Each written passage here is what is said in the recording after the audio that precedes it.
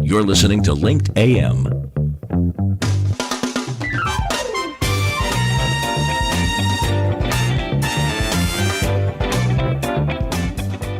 Tell your story on Linked Live and get noticed. You're listening to Carl Wolfenden on the Business Class Show and is not always affiliated with the guests and the topics discussed. Any financial statements are the opinions of the individual, and you should seek professional advice before making any decisions. Upgrade your listening to Business Class, the show that puts you in the big leather comfy seats. So sit back and enjoy our take on the trending business issues of the week. Howdy, folks. Here he is, the Texas Brit, the guy with the stiff upper lip, filling his 10-gallon hat and his cowboy boots, Carl Wolfenden. Good morning, and welcome to Linked AM here on Business Class News. And the past few months, we've been having a lot of guests on that. Really, when I started looking back at them, I realized that there was a common thread. There was a common thread, and it was teamwork. That's what seemed to be coming over. Teamwork and planning. And that was in marketing, that was in operations, it was when we were talking about sort of mental health issues at work, etc. It was all about getting together and working as a team. And you may know, I'm sure a lot of you do know, that I co-own a company, Connexus, with a company called Inflection Point Group. And, that is what we call a portfolio company. And Inflection Point Group are involved in a company that is really focused on corporate governance. And actually, maybe over a year ago now, I had a gentleman called Don Springer on the show, and we talked about the importance of a board. Well, since then, they formulated a company with another good friend of mine, Dennis Cagan. And so it's Don Springer and Dennis Cagan, and they're on the line right now in the studio, our virtual studio. And when we were talking off camera, we were talking about, is team and planning important in a corporate setting? And they went, yes, we need to talk about that. So I've got Dennis and Don on the line now. Hello there. Thank you for joining us this wonderful morning. Good morning, Carl. Thank you. So, I kind of just sort of talked about how we know each other through, our common thread there, which is Inflection Point Group as such.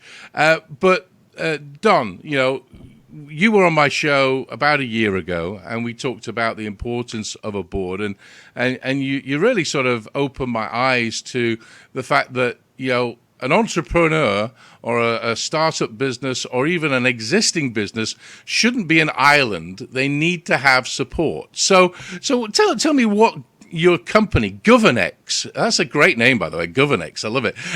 What does it do, and what's it about? Yeah, and it's good to see you again, Carl, after all this time. GovernX was formed by three companies, as you said, Inflection Point, Caganco, and the Colton Group. And we really formed it because we wanted to raise the standard of boards and board governance for private companies. That's... If you think about it, that makes complete sense. And Dennis, thanks for joining me. So what is that value of the board, would you say, Dennis?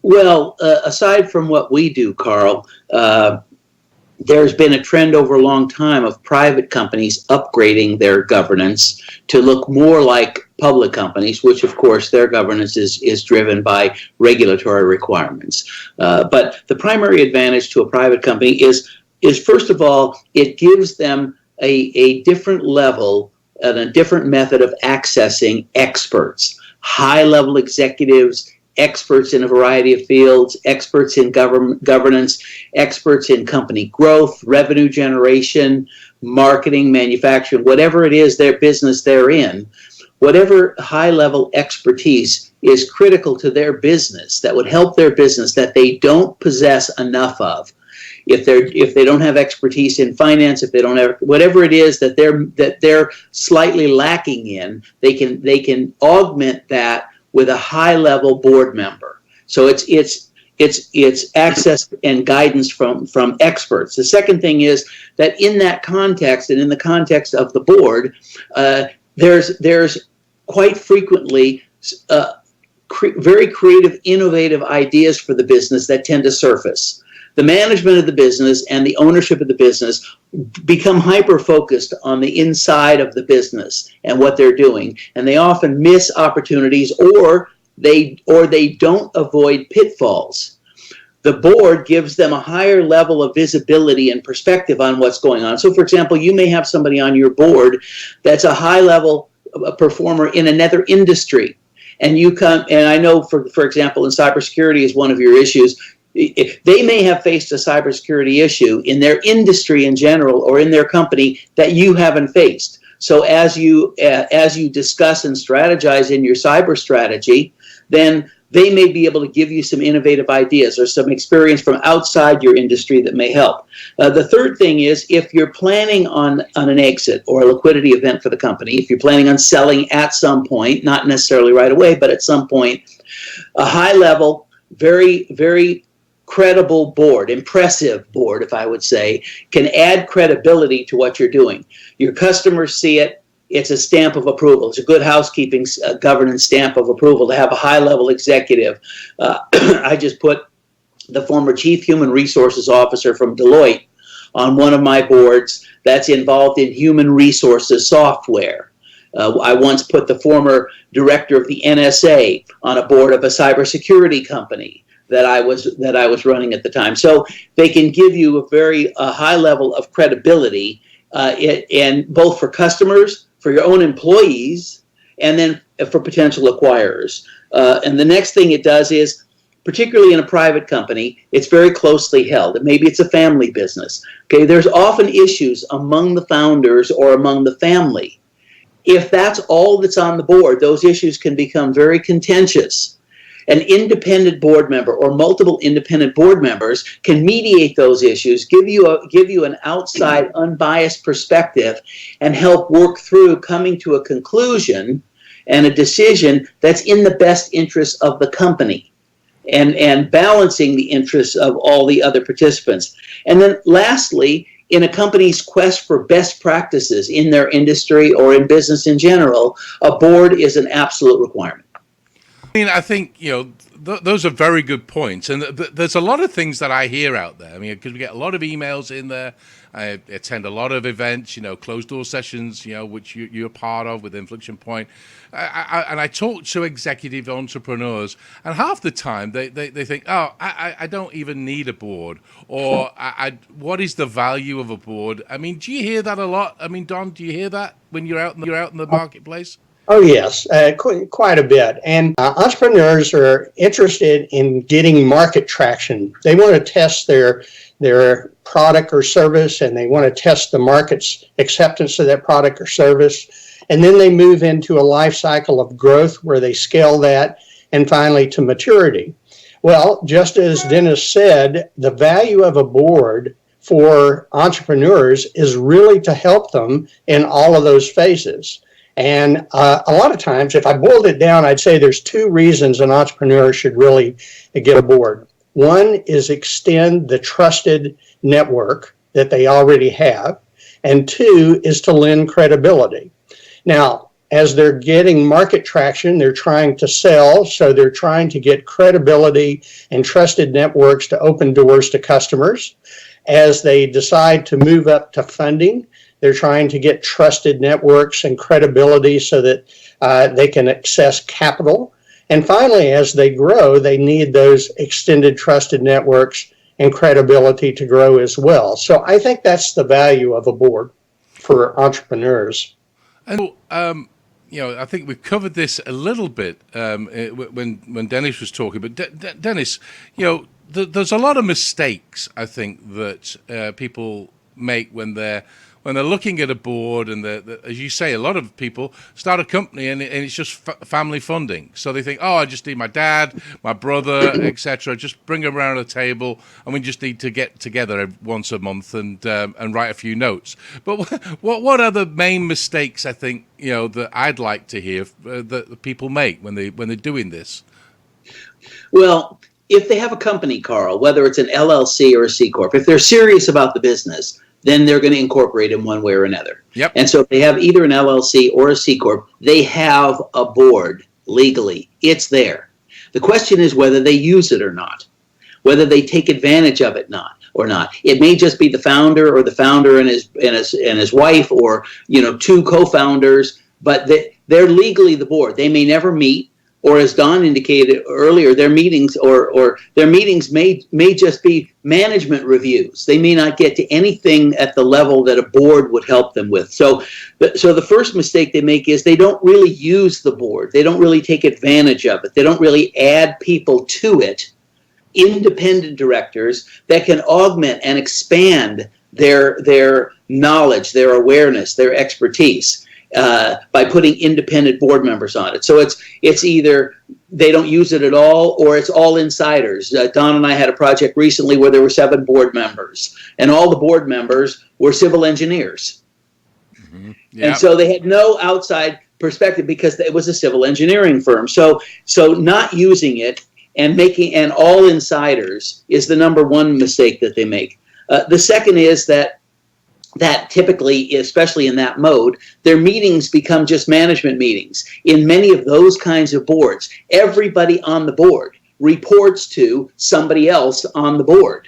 Right. So they're always worried about their boss is always there. So you don't get the kind of creative thinking open. It doesn't create a culture of exploration, innovation, and openness.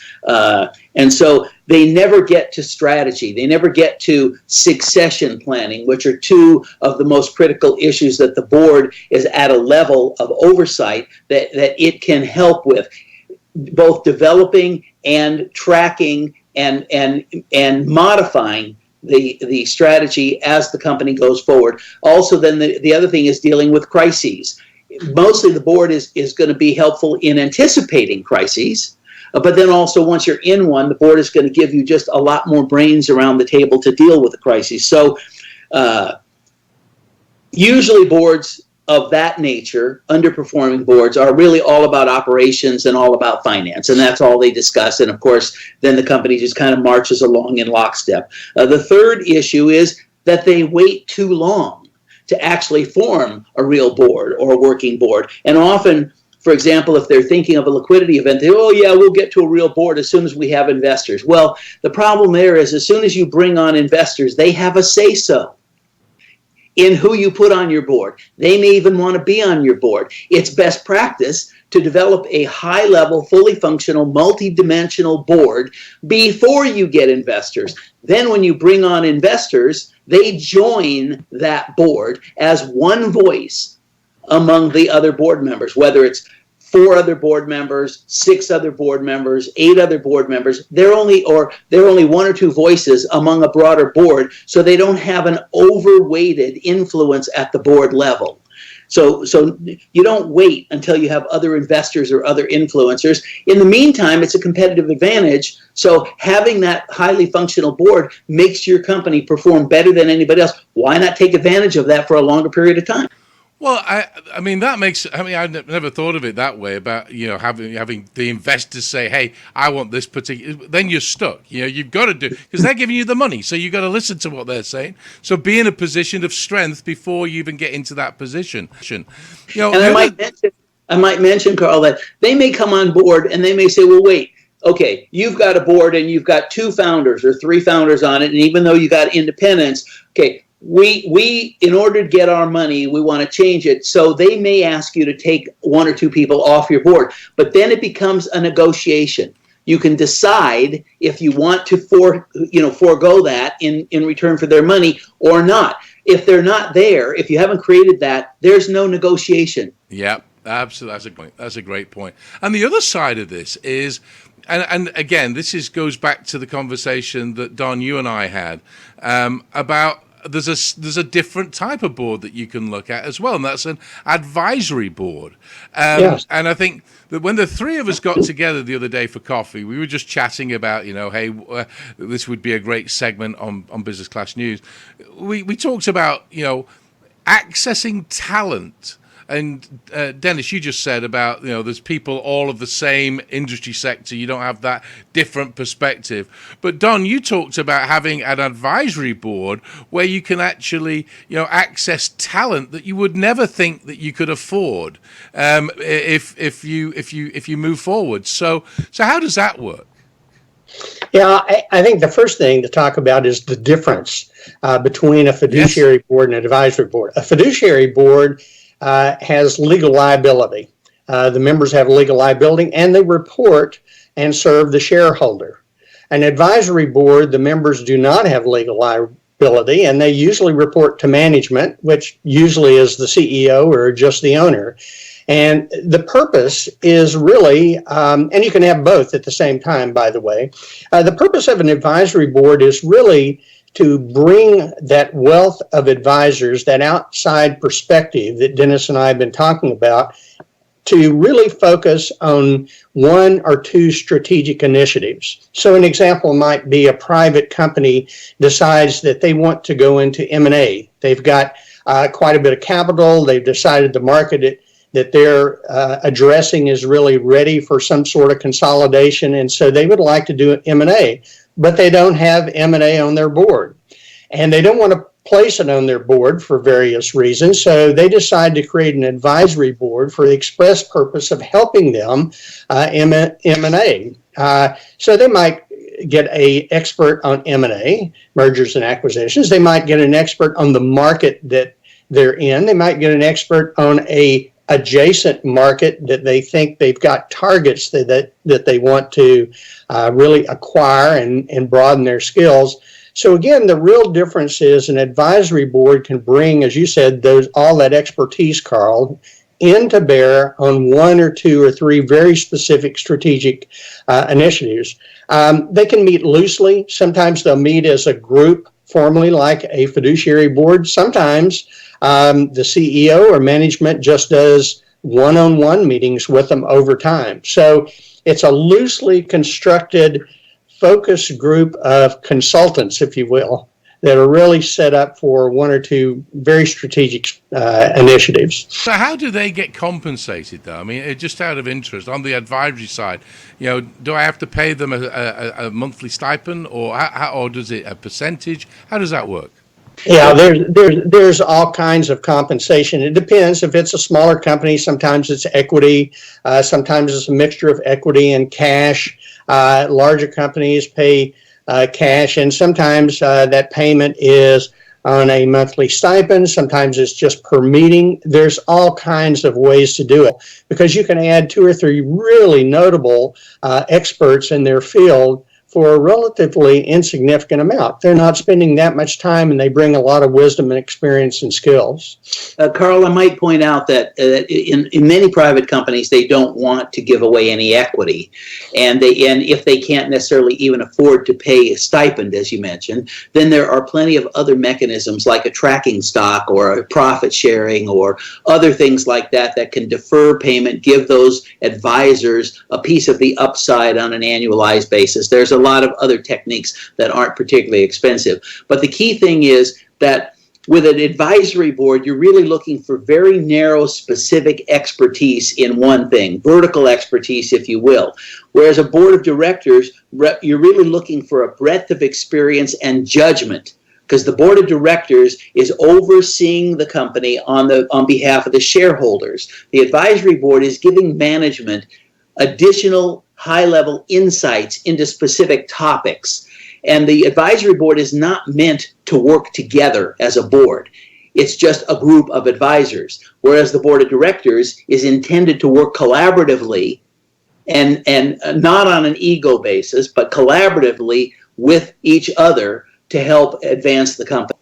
Well, that's why we need guys like you and GovernX to come in and really go through, because, I mean, it is a complex, it sounds, when I first came into this with this word corporate governance, I go, oh, corporate governance, it's just one of those greenwash words that people use. And then when I started to realize, when I started talking to you, Don, a year ago, and now we're having this conversation, it's like, oh my goodness, it's kind of a pretty big deal to have this as a strategy, because it's going to be the pillar that is, or the foundation of whether your business is going to be successful or not. Because as we talked about earlier, you guys talked about that as a forensic side of things, there may be something that happened years ago that you don't know about, and then you go and do an acquisition, or they acquire you mainly, and they find it. They lift the hood up and go, hey, wait a minute. Oh, okay, and then your value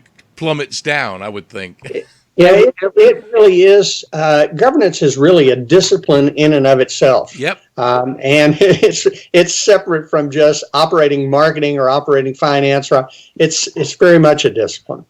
I regularly hear from entrepreneurs that have gotten advice: don't ever take a venture capital investor, don't ever take a private equity investor, because they'll steal your company from you. Well, okay, in the beginning, you sat across the table from them and they pushed across an agreement. And the agreement had various terms and conditions relating to corporate governance. You signed the agreement. So by not understanding what you were signed, you gave them the opportunity to take unnecessary advantage of you. Where had you understood and made arrangements in advance and closed those loopholes, even those investors would not have had the ability to do the bad things that people complain about. That's just the bad side of it. There's plenty of upside. Well, I think you've got, again, we started off the segment by saying that there's a common thread with a lot of the conversations I'm having. It's planning, it's sort of working together. And what you just said is that thing. If you plan, and you'll get a better result at the end that you're looking for than if you hadn't planned. Well, guys, this has been a great conversation, and I just want to touch on one thing. You mentioned about cybersecurity, as part of an example there. As you know, we've just launched businessclasssecurity.com, which really was a product out of a lot of people saying we need more conversations, we need more stories, we need more information about cybersecurity, because it's become a big hot topic. So. A board starting to talk about this, is it as important as we're finding it from our readers and listeners? Is it important from a board's perspective? Well, let me start by saying that, first of all, boards for many years have had audit and finance committees. Yep. And it's very traditional. It's less than 100% now, but it's still dominant that risk in general for a corporation, that oversight of risk resides in the audit and finance committee. Why? Because up until recently, the highest risk was a financial risk, misreporting or fraud or whatever it might have been. That was the biggest single risk to the value of the company. So it reported in under finance or audit committee.